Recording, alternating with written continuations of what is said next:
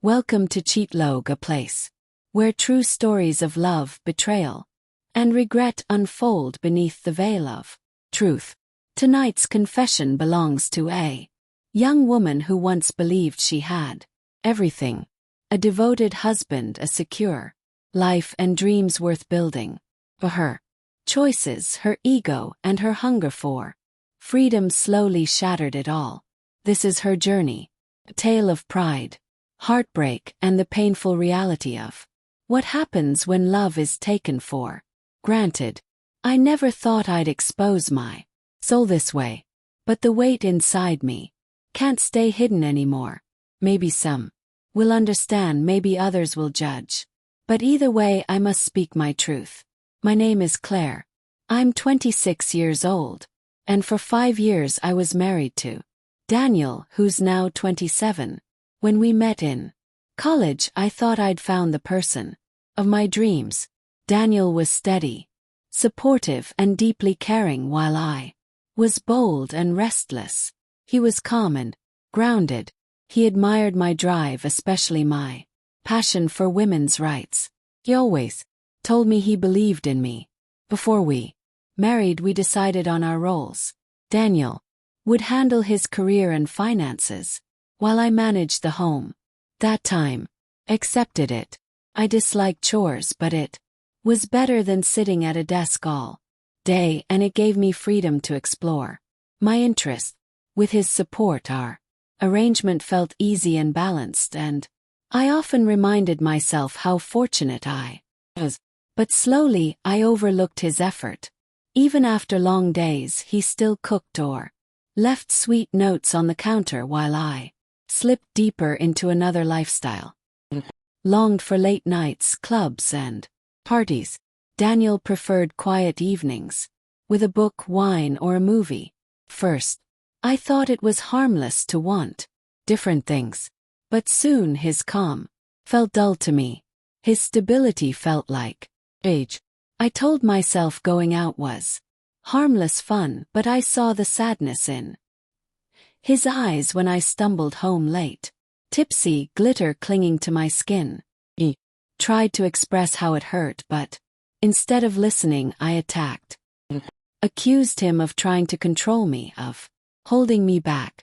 Whenever he voiced concern, I twisted my ideals into weapons, calling him controlling or against my independence, when really he was only afraid of losing me. Couldn't see that. Each time I dismissed his feelings, I chipped away at our foundation. The breaking point came on an evening Daniel had planned just for us. Simple dinner, a walk, quiet time together. Instead, I chose to go clubbing. He expressed his hurt. I snapped. I accused him again of caging me. That night I wore a bold red dress, more revealing than usual. Daniel, worried, gently asked me to wear something else. For him, it wasn't about control, it was fear that I no longer cared for what we shared. I refused to see that.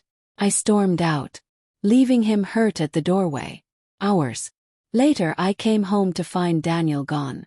He didn't answer my calls, and when he returned the next morning, he wasn't there.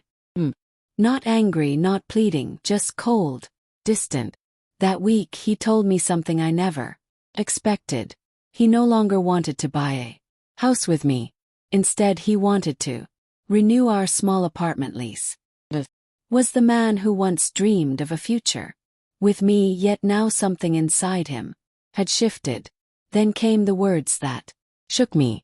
Daniel told me I needed to get a job. If I believed in independence, I should contribute equally. He said he was done carrying the weight alone. His voice wasn't cruel, but it was firm, and for the first time I saw the fire inside him. I realized I had pushed him too far. Through his connection, I found a job at a restaurant. Instead of being grateful, I grew bitter. I looked down on the work, treated others poorly, and carried resentment. I convinced myself Daniel was punishing me. Our marriage spiraled. Every request about chores or money felt like an attack. Arguments grew louder, filled with venom. I called him names, accused him of hypocrisy, unable to see. He only wanted respect. Then I crossed a line I can't erase. I started flirting when I went out. Told myself it was harmless, just dancing, and attention. But deep down I knew I was betraying him. One of my so-called friends told him everything. He confronted me, I denied it and blamed him for not meeting my needs. But he just looked at me with emptiness. I'll never forget. Then he said he wanted a divorce. He told me he'd been thinking about it for months and this was the final straw. Moving back in with my parents felt like falling off a cliff. Disappointment in their eyes was clear.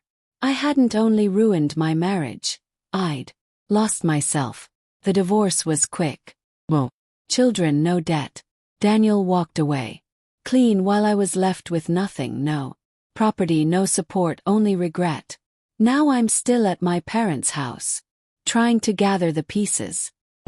Begun asking me to contribute, financially, adding to the pressure. Finding steady work has been hard. Every night I lie awake replaying my mistakes. I see how selfish I was.